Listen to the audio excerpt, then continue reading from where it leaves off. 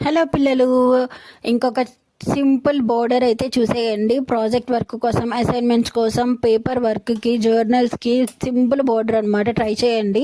First అయితే నేను 2 brush pencils తీసుకున్నాను. 2 కలర్స్ తీసుకున్నాం అనమాట.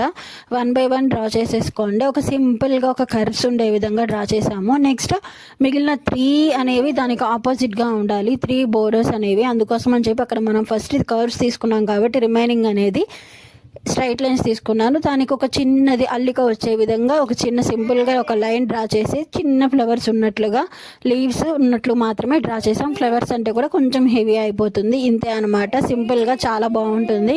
ఒకసారి మీరు కూడా ట్రై చేయండి. నచ్చితే బాగుంది అనుకుంటే మీ ఫ్రెండ్స్కి కూడా షేర్ చేయండి.